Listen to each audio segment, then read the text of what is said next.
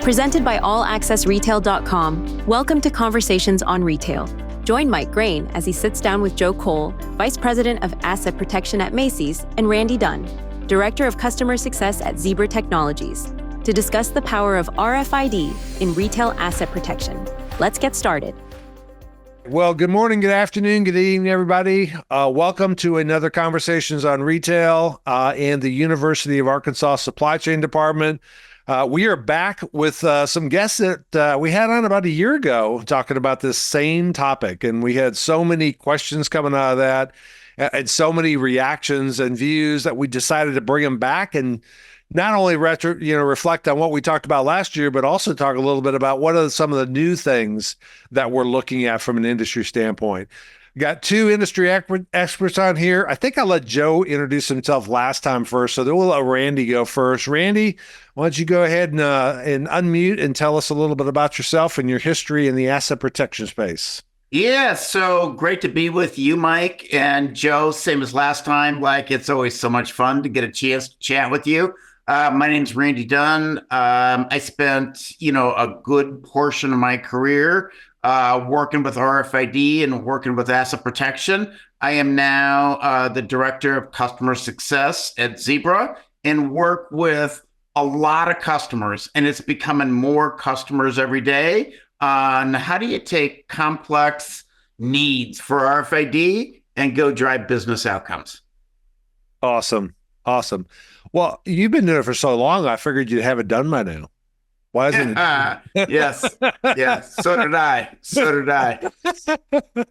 Joe, how about yourself? You are a practitioner. I don't want to embarrass you or put you on the spot, but anytime somebody wants to talk about, this technology as it relates to asset protection, you're the top of the list. Matter of fact, I had a podcast this morning. Your name came up. It'll be in a different conversation with GS1, but thank you for being here. I know you got lots of work to do. We love the way you give back to the industry. Go ahead and unmute and introduce yourself to the audience. Thanks, Mike, and very nice comments from you. And Randy, always enjoy doing these podcasts and engagements with you as well. So Joe Coll, I lead asset protection at Macy's department stores. I've been with the organization now for going on 27 years. I cannot believe that. And love to talk technology, talk asset protection. The world of asset protection has definitely changed over the past few years, and I'm humbled and certainly proud of the fact that Macy's allows me to lead this organization on asset protection. That's fantastic. Well, we kind of ended the year, our last podcast, with kind of a basic theme, which is most retailers are leveraging RFID for the important fact of getting their inventory right, knowing what they have and where it's located. So let's not forget that primary business use case is to know what they have and where it's located, either for online picking or for buy online, pick up in store, or just to know what they've got. Because the driving factor was not asset protection. But Joe, I think you and other asset protection professionals are saying, wow, if I've got literally a unique serial number on every item, I could use that for other things for asset protection purposes. So let's talk a little bit about some of those real briefly. We talked last year about literally being able to track items that left the store without being paid for. Maybe just summarize that for us, because the follow-up question is, okay, what have you learned over the last year that you want to build on? But talk about that incredibly fascinating use case of I'm comparing what I sold to what left the store. And what do you do with that? Yeah, for sure. I think the thought around RFID for retail is a bit of a no-brainer for sure. But when you think about it for RFID for asset protection, that has been an incredible unlock for us. And I've said this before, so I apologize to any of those listeners out there that hear this, but I think it's the most innovative change I've seen in my 27 years of asset protection. I mean, it really is. The unlock and shrink visibility that it has created for us has made us smarter and made us operate differently. And quite frankly, make us ask more questions that we didn't even know to ask until we started to get into the visibility on loss events and breaking down the old adage of how loss is comprised inside of retail, and you start to understand the levels of internal versus external loss and allow you to shift your resources, which certainly in the world of retail asset protection, loss prevention, we're always wishing we had more resources. Imagine you had the ability and the intel from RFID to better strategically place those resources. And I truly believe with RFID, coupled with what it does for retailers, it is a incredible unlock and education piece for us. Gotcha. Randy, for you, you've been in the asset protection solution provider space for a long time. Obviously, RFID's been around for a while, but now really starting to gain a lot of traction. What kind of trends are you seeing versus traditional, what I would call EAS kind of platforms that people have got out there? Yeah, I think, Mike, there's two things, right? So one, right, the old world of asset protection was one of friction. So somebody comes in, you got to apply, if they aren't there to buy things, if they aren't there to be, the kind of shopper that you want to have come back, there are tools and tool sets that have been deployed in asset protection to keep them from harming retail. The second thing is there's not been historically a lot of information about what leaves the store and how to leverage that. How do you make sense of that to inform your strategies as you're thinking about, well, how do I combat this? What do I do next? And I think RFID has done a really nice job, I think, of creating a capability to reduce the friction, right? I want to understand what's going on, but I don't want to harm my best shoppers, right? They're offended by the beep. Well, maybe that's too strong, but they don't like the beep at the door when it's not their fault. The flip side is there is so much information that is being created by RFID, not only as cycle count, not only as exit read, but maybe even back up the supply chain that allows retailers to take a much more strategic look at how do they attack this growing problem of loss created by shrink. Gotcha. Perfect. I had an executive ask me the other day. He goes, "I don't need any of this geeky stuff. I don't understand all these buzzwords and acronyms. What exactly is RFID going to do for me? Make it simple. Give me one sentence." And I thought for a second ago, RFID is like a flashlight in a dark room. It's the only thing I can come up with. But that really, he goes like, pretty good. What do you mean by that? I go, well, you didn't know these 5 problems were over here until I did the flashlight to it. And goes, okay, now I'm interested. I'm going to hand you off to my geeky people. You guys can talk through that, because he just didn't understand what the big deal is. What's the big deal? Joe, for you, the last time we talked, you were literally comparing what went through the register versus what left the store and using that to actually return product to your store that had been unlawfully taken from you. That was a fabulous example of that. 2 questions. Number one, do you know of anybody who is reapplying that method? Because the more bad guys that know we can track this stuff and know it's not that you stole it. And secondly, is there any other new revelations that you can share with us about other use cases that you're doing inside of Macy's? Yeah, I mean, certainly happy to tell you we're still applying that logic in what we do every single day. I mean, the world of retail crime and retail theft has never been so prevalent as it is today. I've said this before. It's like past 2 years is like the first time my mother even understands what is happening in the world of retail theft, because it's just everywhere. Everybody is seeing it. They're reading about it. And for us, the RFID allows us to reprioritize. And to Randy's point around friction, the friction is there to try to identify the anomalies. But with RFID, that does it behind the scenes. It is ultimately that flashlight in that dark room for us that is just the machine telling us, you tell me where the friction is, without the customer even realizing that we have applied friction to what is happening for us, and allows us to reprioritize and focus on what matters most and not focus on the small flashlights. I want the big lanterns in the room. I need to go after those. And because those are the ones that are most disruptive for us as far as retail. And ultimately, not only is it the crime that's happening, but it's taking away the product from the store for that good customer that is coming in looking for that product. And by and large, those individuals stealing product from stores are not stealing the stuff the customers don't want. It's typically very much aligned. So they're stealing what the customers want to buy. And we want to make sure that we create that good experience for our customers by making sure we keep that product inside of our stores. Secondarily, you asked about kind of like what's new on the front. I would tell you, it just continues to be an education trail for our law enforcement partners. And the work we have done with engaging elected officials, with our mayors, our governors, our federal law enforcement partners, it just continues to be a way to educate them on how RFID can be used to build their investigations. And when you think about organized retail crime and how that works in this country, more often than not, that product is moving across state lines. It's not generally happening in one geographic area and isolated. It's moving. And when you start talking about the movement of stolen property across state lines, you start to engage the likes of the FBI and all of the other federal agencies that are interested in being able to get into those meaty investigations that are impacting product moving across state lines. And RFID definitively allows you to be able to prove that for law enforcement to gift wrap investigations. Wow. Fascinating. Randy, I'm gonna kick it over to you from a technology standpoint, because you spent a lot of years in the technology space.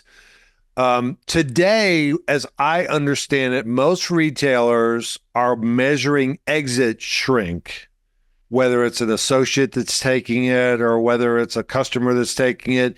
It could be organized retail crime. It could be crimes of opportunity. It could be somebody who didn't even know they stole something. They just forgot to put it on the counter or whatever. So we're not assigning lane at this point in time, but everybody's basically taking the actual UPC of the item that's sold at the register and comparing that to a unique serial number when it leaves. I think the next big unlock is if I steal 5 pairs of jeans, so 10 walked out the store, but 5 got paid for, I can't really assign which 5 got paid for, which versus which ones got stolen. What does the future look like about actually capturing that serialized data at the point of transaction? And what are some of the technology things that might help that? Yeah, so I think, Mike, that's actually where this is all going. So I do want to challenge something, which is in the old world, there was no measuring of anything, right? Nobody had any data about what was leaving the store. They might have had a crime report. They might have had an associate that said, I think I saw these things leaving, but there was no data. So I think what RFID has done is created data. And I've told this story before, and I spent a lot of time in the asset protection world with some of the best asset protection companies. But when there was a beep at the door and somebody walked out with items that they hadn't paid for, you had an action window of 3 steps out the door. Like, am I going to confront them? Am I not going to confront them? And once they're gone, I don't know what they got, and I've lost track of them. And so I've got a limited way to, number 1, recover, and number 2, understand. I think that, right, RFID has changed a lot of that. I think the other thing in the RFID industry that's really interesting and gaining a lot of interest and momentum is a lot of the focus. And when you think about cycle counts, right, the value of cycle counts has been more about the long range, non-line of sight capability of what I'm going to call the RF in RFID. But when you start looking at the serialization, when you start looking at the ID, now you can deploy strategies over time, right? So I recognize what left when it comes back in my store. Is there a recognition? Is there a treatment around what came back into my store? Because now I know something about that. Historically, retailers had no choice. They had to assume everybody coming in the front door was a green shopper. By green shopper, I mean good shopper. But now, right, the red shopper, the person that's there to harm the business and the brand and the financial, the kind of the financials of the retailer, you can start to identify them much, much earlier in what I call the rebound process, the second time, the third time in. And how do you use serialization to get on top of that? I think we're going to have a couple topics, Mike, that we can talk about where we dig a little deeper into that. But this idea of traceability for inventory allows you to do a bunch of really interesting stuff that's never been possible before in the asset protection space. Got it. So is there solutions for capturing that serialized data at the point of sale? And if so, what does that look like? Because to me, that's the next big unlock, right? I've taken 10 pairs of jeans out the store. I only paid for 5 of them. When I come back and try and give you a refund, I'd love to be able to say, I'm sorry, these were not paid for anywhere. They were actually left the store and never got purchased. But today, I think we're still tracking UPCs at the point of sale and, SG10s at the door. I don't want to get too technical, but yeah, we're trying to do one to many. And I think eventually we want to be able to go, these 10 went through the register. These 15 left the store. Here's the 5 that never went through a register, right? I think that's right. I don't think we're there yet, but I don't think that inhibits the value that you can get out of RFID, right? I've often said, and I don't know if I'm the only guy saying it or if people have realized this, but RFID at point of sale is the single hardest thing to get right. So if you're Zebra and you're building a product offering, right, the diversity of retailers, right, the way that people leave a Lowe's store is different than the way people leave a Macy store. The kinds of products that Lowe's sells is different than the kinds of products that Macy's sells. And so, building what I'm going to call a marketable solution for point of sale has been tricky.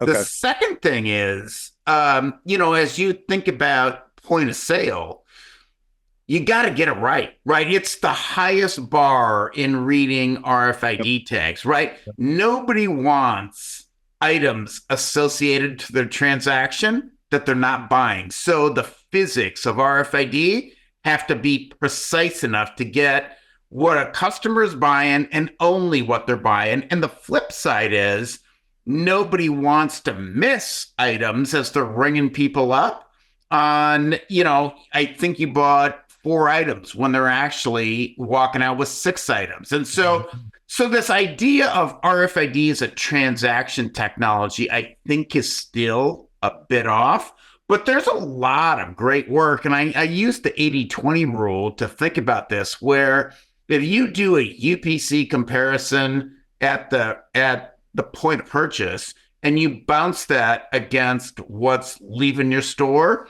you can go find the big events. And so I think, I think that's where the starting point is in the industry. I don't know that you got to know what gets sold in order to get the value out of loss detection as it's leaving the store and all the goodness that comes with that, right? How do I replenish? How do I, inform my strategies? How do I go recover, right? All those things are in play. So I do believe that there is a big, big opportunity for loss prevention professionals to use the intelligence of RFID without having to solve for point of sale. Okay. Yeah, Mike, I'd love to chime in there too. Absolutely. From that side of I think, Randy, you're spot on. You talk about, even in the prior conversations, we were talking about friction, and we're talking about friction for customers. We also have to be cognizant of friction for colleagues, for how they handle their role at a checkout process, because the customer doesn't want friction there either. They don't want friction if they're not intending to steal from the store, and they certainly don't want friction when they're ringing up. So everything you had mentioned is absolutely spot on. But you need to make sure, if we get to the point where you are adding on RFID capture or EPC capture at point of sale, it has to be minimum friction for the colleague. It cannot be something that slows down that transaction. Yep. But I will double down on, with Randy saying that you don't need that to unlock. That's great coming from a solution provider, but from a practitioner, I will definitively put the stamp of approval on that. Like, that is what allows you to kind of get excited for, like, what is the future? Where can we continue to grow? Because we're already seeing immense benefit from not having that RFID capture at point of sale by being able to get the visibility on the loss events as they exit the building. And so you think about the ecosystem of RFID, even inside of our stores. Ecosystem isn't start day one and have everything connected. It's the ability to continue to build on it. And somebody said once in the past, once you put RFID on something, you can continue to unlock and add additional foundational pieces to it. And when you think about RFID at point of sale, that's another foundational piece, but it's not required to get off the ground for a store to be able to have cycle counts, to be able to understand what their in-stocks are, how to fulfill from a .com through a store, have shrink visibility. That's not required to do it, but it is something that you can certainly lean on as a future roadmap and continue to get more refined in your smarts with RFID. Yeah. Great point. Great point. And I would love to have everybody in the industry in retail be where you are now. And I think we would definitely be in a much better spot. I mean, you're obviously leading the way of this. There is something that's maybe not a technology option though, because as you guys listen, and I've got a podcast tomorrow with Gina Morgan from GS1, this Sunrise 2027 initiative, which is going to replace the UPC with a 2D barcode. If I scan that 2D barcode, I could take the price and charge the customer and look up the unique serial number of that specific item. So it's not RFID, it's the ID part in RFID that I could still capture. That to me is an unlock, because then you tell your suppliers, I want the 2D barcode and the RFID tag to have the same serial number. That way I don't have to do an RFID scan at register. I just scan it at the register and I got the 2D barcode. So let's let technology help us with that, because I don't think it's an RFID scan at the register, Randy, to your point. But I think capturing that unique serial number will eventually help us with other use cases. Bob's collaborative inventory intelligence technology is helping many retailers and CPGs such as Colgate-Palmolive, PepsiCo, Coty, and Duracell avoid lost sales, markdowns, and spoilage by streamlining their next-gen collaborative planning, forecasting, and replenishment process. Learn more at bops.ai. Let's talk a little bit about what's your use case, Joe, with your organized retail crime. I mean, last year when we talked about this, being able to recover merchandise that you can prove that you were owned, you were in possession of, that left the building without being paid for. Some of the things that you had talked about is actually preventing those in the first place as some of the future things you were thinking about. Walk us through kind of how your thought has changed over the years of, okay, you know what you're doing today. What are the opportunities to continue to leverage that information, specifically with organized retail crime? Yeah, Mike, I would say probably the biggest there is we continue to use it outside our four walls, and we know there is penetration of RFID tags in other retailers, some of which using, some aren't. It's just mass distribution of product that shows up in a retailer that has RFID on it. The huge unlock, and I've shared this before at some of the trade association shows, is an ability to have a central repository where when a retailer goes out there and does do external scans and identifies their product, there is a significant portion of unknown product that is somebody else's product that we know is there. And goes back to my comment before about like building these investigations for law enforcement.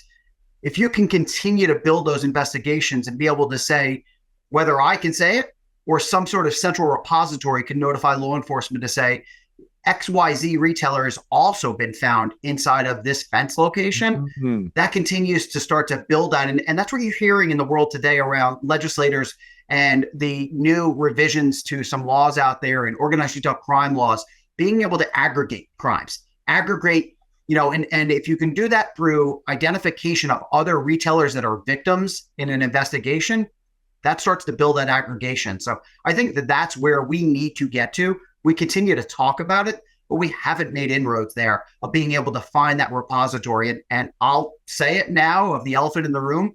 I don't think that can live in a solution provider. I don't think giving them mass ownership of all of the retailers' EPC data is where it should go.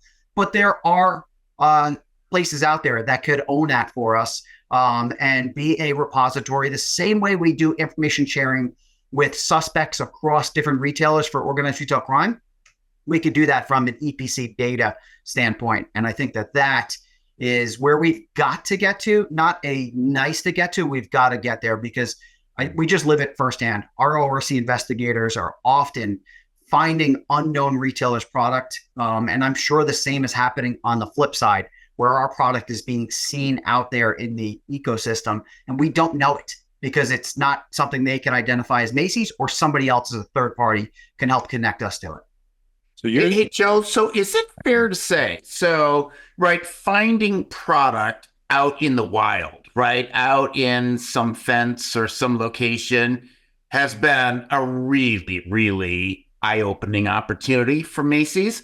But I read a study. So shrink is, let's call it 120 billion, right? NRF does these studies, and I don't know that they know all the numbers, but that's their current estimate, $120 billion of shrink.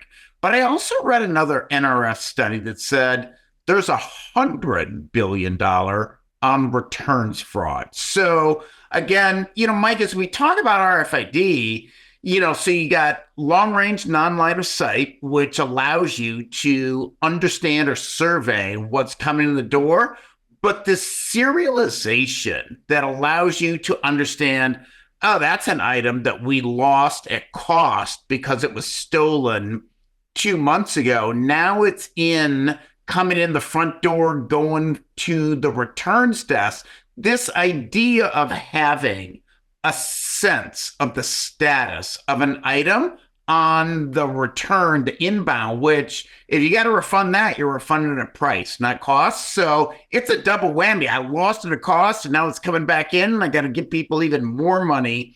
I think this idea that you can leverage serialization, and whether that comes out of the 2D barcode or whether that comes out of some other way to capture that on the inbound, that's another gigantic problem for retail that I believe RFID can play a part in. I don't know this complete solve, but I do know, because I watch my wife shop, that the amount of things she buys and the amount of things she's returned has changed dramatically post-COVID. And so, returns has become big business for retail. And how do you get your arms around that? How do you start to think about building the right set of controls? You can't do that without really, really precise information and great strategies on how you deal with that problem. So I think that's another really interesting area that I'm seeing in the marketplace, where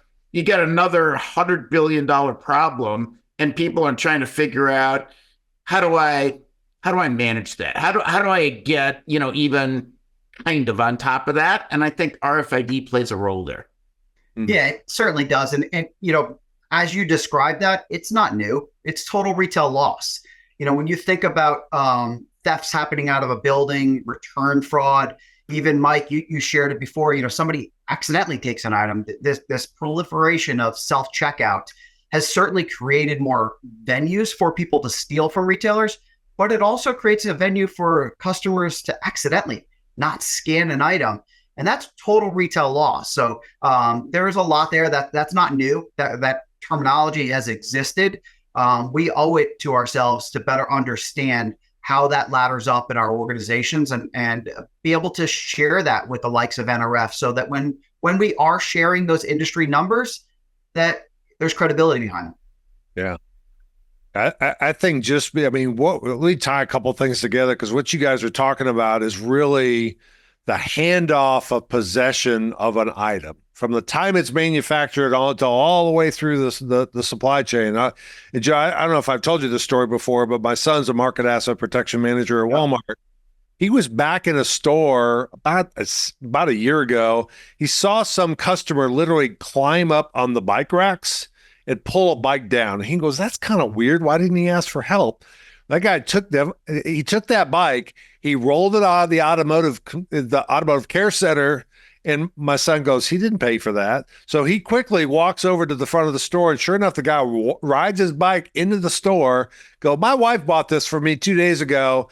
I don't have the receipt, but I want to get my money back." And of course, the cashier is, "Okay, no problem at all." And he goes, "Excuse me, sir, weren't you just back there here?" "Well, no, that wasn't me." I go, "Yeah, that was definitely you." He goes, "Oh man, you caught me. What are we going to do?" He goes, "You got two choices. You can leave the merchandise because you stole it, or we can call the cops. It's completely up to you." "Well, I think I'll leave the merchandise and leave." But wouldn't that be great when somebody tries to return something? Okay, it came from Haynes into our DC, into our store. It was stolen at this date at this time, and somehow you're trying to now return it. Now, I don't know what the conversation, the register or the return deck is, but I've got specific history on this item all the way through. You can go ahead and leave the merchandise, or we can call the cops, one or the other. Now, you'd have to be real careful with that, obviously, but that kind of history, back to your point about, wouldn't it be great if Kohl's and Dillard's and Macy's all knew, I just went into this fence operation, here's your stuff, here's your stuff, here's your stuff. The data is out there, right? We're capturing the data at that level, but we haven't think about pooling it together so we can share that back with the industry. I think that's a big idea. Well, I think it certainly is. Oh, go ahead, Joe. No, I'll just briefly say, like, it definitely is, as we talk about return fraud, I also just want to kind of ground us on, we got to be very cognizant of like what that does for the colleagues at the registers, and make sure that we're keeping them at top of mind on those types of decisions. As you just described that, Mike, your son obviously interacting, but you don't want that falling on the shoulders of those colleagues at the registers that are having to have some of those difficult conversations. That would never be what I would ask of them. And that's certainly not what they sign up for as they're working in retail. Yep, absolutely.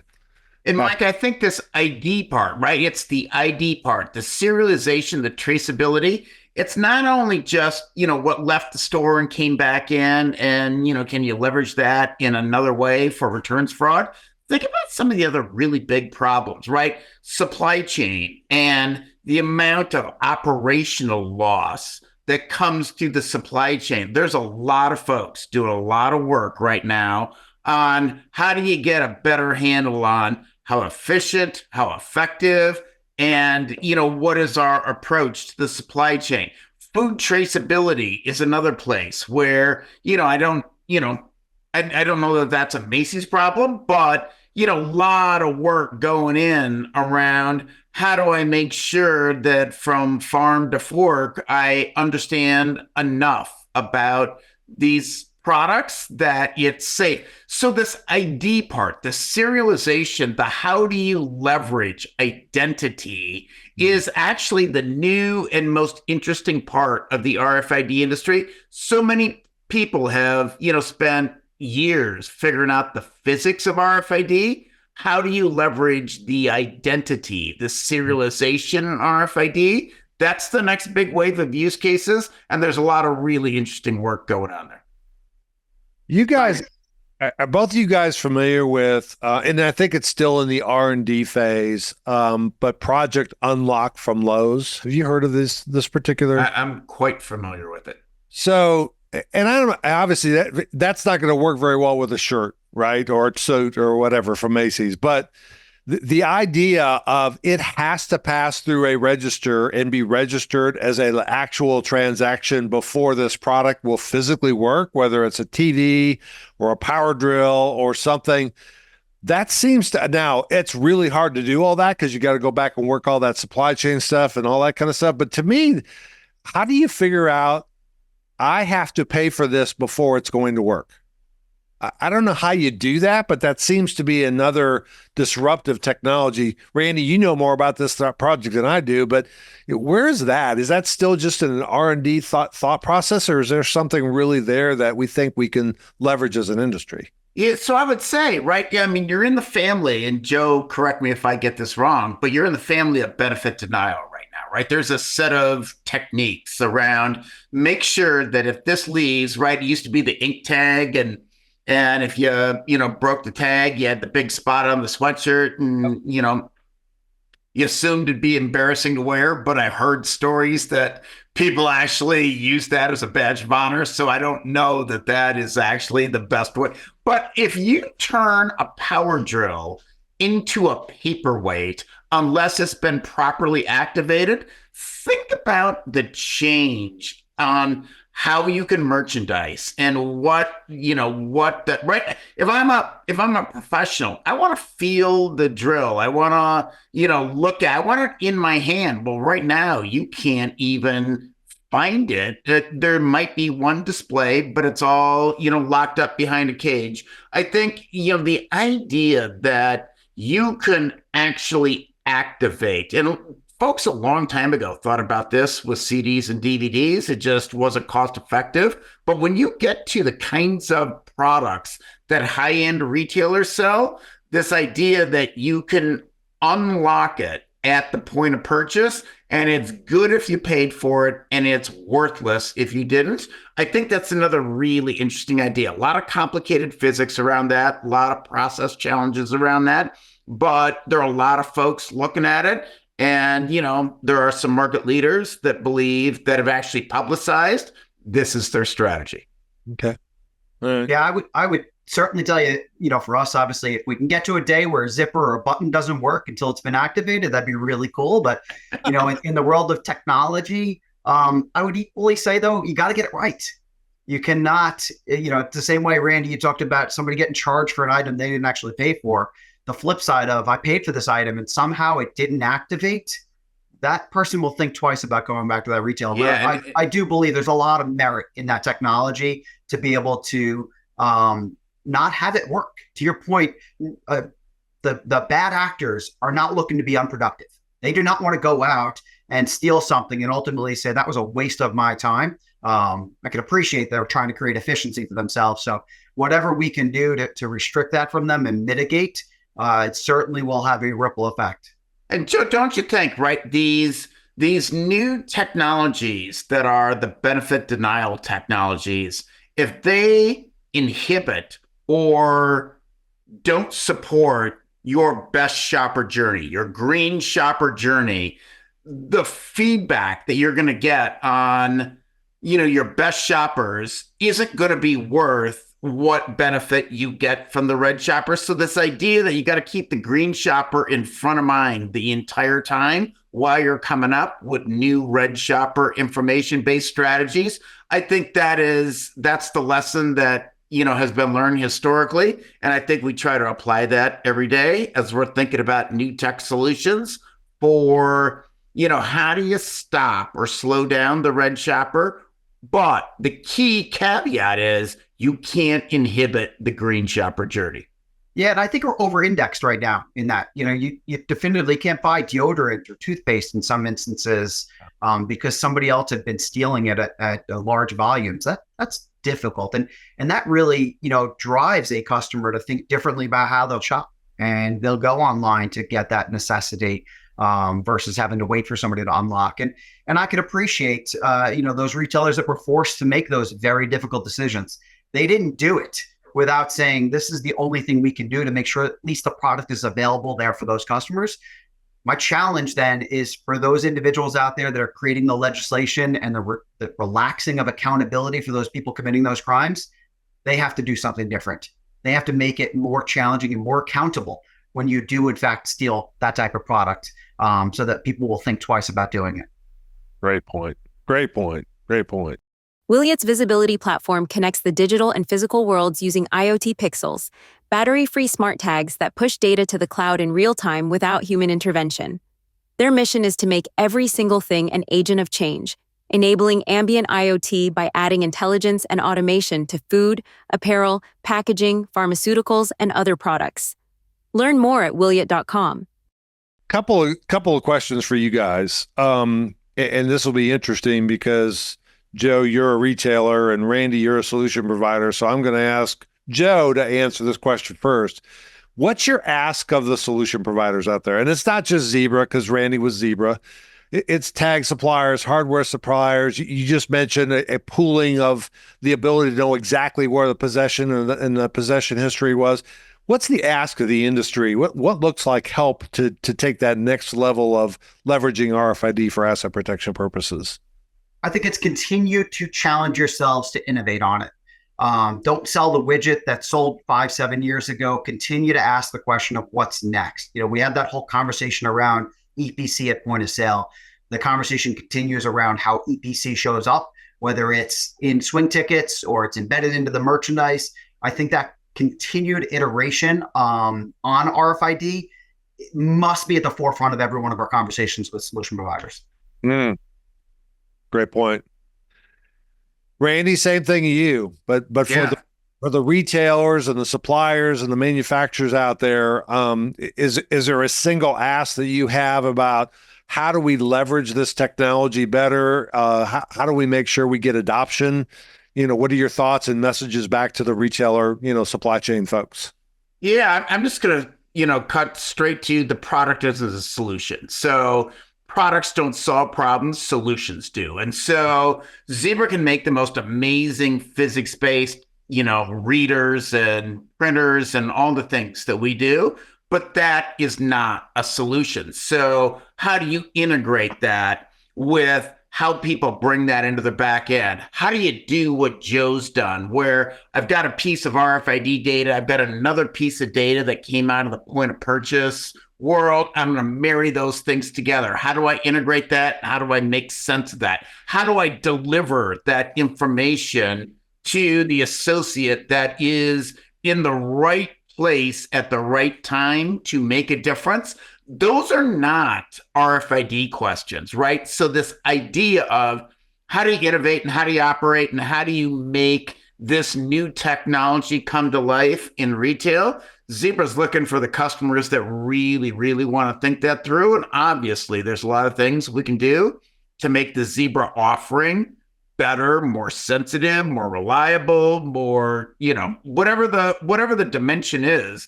But again, a product isn't a solution. And I think we're looking for retailers that understand that, we're an input into a larger ecosystem of capabilities that actually can make a gigantic difference. So, Randy, you spent a lot of time standing January of 2024 in a booth in New York City at NRF. And Zebra had a monstrosity of a booth, basically showing fixed infrastructure and the asset protection capability.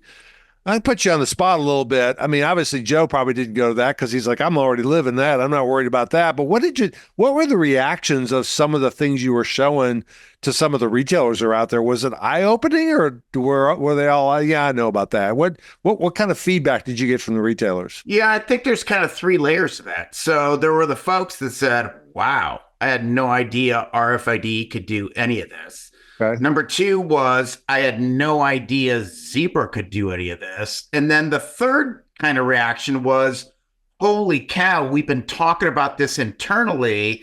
How do we shape all this to make it fit into our strategy? So I heard all three of those things. What I never heard was, I don't get it, right? I never heard, I don't get it. I think, on the RFID journey, who am I going to pick to help me deliver on my RFID journey? And then how does this actually drive outcomes? And we've been talking about that. I think those were the three kind of different layers of responses that we heard. But I think we talked to over 1,000 companies at NRF Big Show last year. Everybody wanted to know more about this topic because it's impactful. It's meaningful, right? When you say what Joe's doing for Macy's, that's not at the top line. That's at the bottom line. Joe is creating profit dollars every time he makes a move that allows his team to have more capability, and everybody cares about that. Mike, I know you gave me a pass that I didn't go visit the Zebra booth, but fun fact, I did.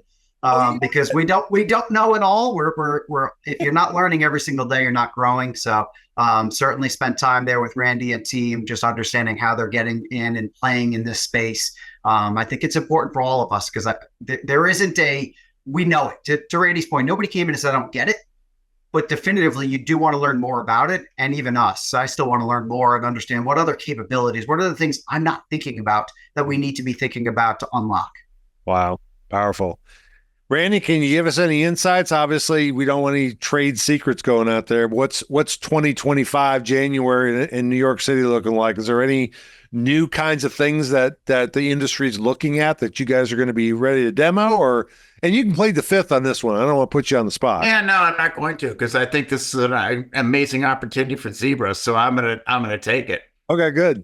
What I would tell you is NRF 2025 booth is going to be heavy on RFID, right? Whether you're in the mobile compute business, people want to know what's your RFID strategy. When you're in the machine vision world, what's your RFID strategy? When you're working with a vertical like the QSR supply chain, how does this all come together? And then, when you're in the store world, how do I get inventory accuracy? Got it, right? Done, solid. We're going to try to figure that out. But what can I do next? I think, we're going to tell all those stories at NRF 2025. RFID, I said this last year at the Big Show Zebra booth. RFID is the oldest technology that is brand new, as people are starting to really understand the fit between the technology and its ability to create data to solve big retail problems. And so, I think we've heard that all year long, and we're going to go do more of that at the Big Show in 2025. Awesome. Well, let's wrap it up with this kind of close. We'll start with Randy, and then we'll end with Joe. What did I not touch on, Randy, that's hot on your mind? Yeah. You would have really liked to have me ask. So what's on your mind, or any closing thoughts that you might have? And you can go anywhere you want with this. Yeah, no, I appreciate this opportunity, because I do think I got a big one. And so I had a friend that recently went to a Silicon Valley AI conference. And, they were at the conference. And I think at Zebra, we get, how AI can help RFID. What I heard from that conference was the AI community wants more RFID, because training models is only as good as the data you feed them. And so this idea of garbage in, garbage out, if you're getting bad data and training models, you're going to get bad outcomes out of that AI. And so the idea that, RFID in retail and in the supply chain, and, we're talking to a lot of other verticals, but we're going to stay focused for this call on retail. This idea that you can provide really accurate, precise information into these AI models makes the AI modeling exponentially better. And so as I'm thinking about this, it's like, well, everybody's going to need to have an AI strategy. You can't operate in the future, right? It's the same question as, do I need a website back in 2005, right? Everybody's going to have an AI strategy. The question is, how good is it going to be? And some of that's about the quality of the partner picks. A lot of that's going to be about the quality of data you can input into it. And what I would tell you is the folks that have adopted RFID and have really precise information about multiple dimensions of their business are going to be the big winners. Wow. AI needs quality data to work. I mean, that makes sense. And where are you going to get more quality data than you need to capture, right? So it's like, Mike, if you're going to be an offensive lineman, right? Do you want to have a swimming coach coaching you up on how to make that block? No, you want the best possible coaching you can get. That coaching is the data that is the input into AI models that allow them to be precise, accurate, and valuable. All right. Awesome. Great perspective. Joe, same question to you. What's on your mind that I didn't ask you? Anything that you want to share just in closing? I think Randy had a heavy response there. I would shift it from a little less of like what you should have asked or would have liked to talk about to more of like my thoughts on it. Randy, you talk about Zebra being heavy in RFID at the NRF Big Show. Heavy on RFID is incredible. The fact that we're seeing this growth of asset protection, loss prevention at the NRF Big Show, not plugging NRF Big Show, but David Johnson, if you're listening, there you go. I did it for you. I think it's really cool that it is at the forefront, but let's not lose sight of the fact that like RFID in retail, it can't be just to solve shrink visibility. It doesn't hurdle if you do that. And I've said this before, we got into RFID not for the shrink visibility, but when we begin to merge that added use case and value just continue to add on top of what that ROI was for this type of technology. So for those retailers that are out there that are going to visit the NRF Big Show, trying to understand how to better know what their distortions are in their stores and their on-shelf availability, Mike, they have to believe in RFID as that unlock for them, because it truly does do that. And then you start to figure out those other use cases. But what I would certainly say is, if I had it to do all over again, we would have had asset protection, shrink visibility at the table at the beginning, because we would have ran even faster with it. But that's certainly just splitting hairs at that point, because it has been incredible for us. Yeah. Wow. Great summary. Great summary. Just to give you one more kind of perspective from my side, and my son just moved from Boise, Idaho to Denver. He's had like 4 inventories in a row. I think he's working on like 2 hours sleep in a week or something ridiculous like that. The amount of time they spend counting stuff is exorbitant. And I think there's a tremendous opportunity to literally track where that product is in the supply chain. I'm working with one retailer, and I can't share with who it is, but every day they tell me exactly what they expect to receive from their distribution center, and we track it with RFID what they actually received. They believe they're receiving 99% of what they ordered. Guys, it's not even close. And they have no idea until you start leveraging that data for that. So it's going to continue to be the flashlight in the dark room, giving you, okay, well, now we know where the problem is. Now what are we going to do about it? Because when you get the right data, and back to your point, Randy, AI, if you feed AI bad data, you're going to get bad results. If you feed it really, really, really good quality data, really amazing things can happen. Hey, Mike, I got a question for you. Do you think there are still people that don't understand the value of counting 50 times faster so you can count more often or minimize the amount of labor? Like, do you think that there is still a misunderstanding in retail that the core value proposition, right, presence detection, I want to know that an item's in here. Once I talk to you, I'm done with you, and I just want to scorekeep that you're here. Do you think there's still confusion in the industry that RFID is the only way to do that productively? Like, are there still questions out there about that? Yeah, there are, and I think they're legitimate questions. And I'll give you an example. In apparel, no brainer. Yeah. Okay. In automotive, where I've got bottles of antifreeze and windshield washer fluid and stuff that's really, really hard, or paint departments where I've got cans of paint, RF is not friendly in every situation. So most of these retailers want to do the entire store. I don't think we're ever going to tag, cans of tomato soup and watermelon. And there are people that are trying to do it, and they're just getting frustrated. Say, this RFID thing doesn't work. Guys, you're fighting physics. So that would be the first thing. To me, the more disappointing is not the category expansion of what do I have and where's it located. The frustrating thing for me, openly and honestly, is there's not more Joe Colls out there that thinking, what are the other use cases, not only in the box, but up the supply chain. I think this whole making sure that we read this stuff at the DC level to make sure that all of these suppliers are shipping exactly what they say and tagging it the right way is a huge opportunity. That whole claims, product authentication, et cetera, multiple millions and billions of dollars that we're still leaving on the table. So getting this data up the supply chain, I think, is one of the biggest opportunities, in my opinion. Thank you. Yep. Well, guys, I can't say thanks enough. I really do appreciate your time. It's always a lively conversation. I just looked at my watch and we're over time. Feel like we just got started. Thank you guys so much. Hey, you signed up for 2. You guys interested in 2025? We do number 3. What do you think? Why not? Why not? Why not? All right. I do whatever Joe tells me to do. So why not? I love it. Guys, thank you very much. On behalf of Conversations on Retail and the University of Arkansas, we certainly appreciate it. And we know we don't take your time for granted. We think this will be really helpful for the industry. So thank you. Appreciate the time. Yeah. Thank you so much.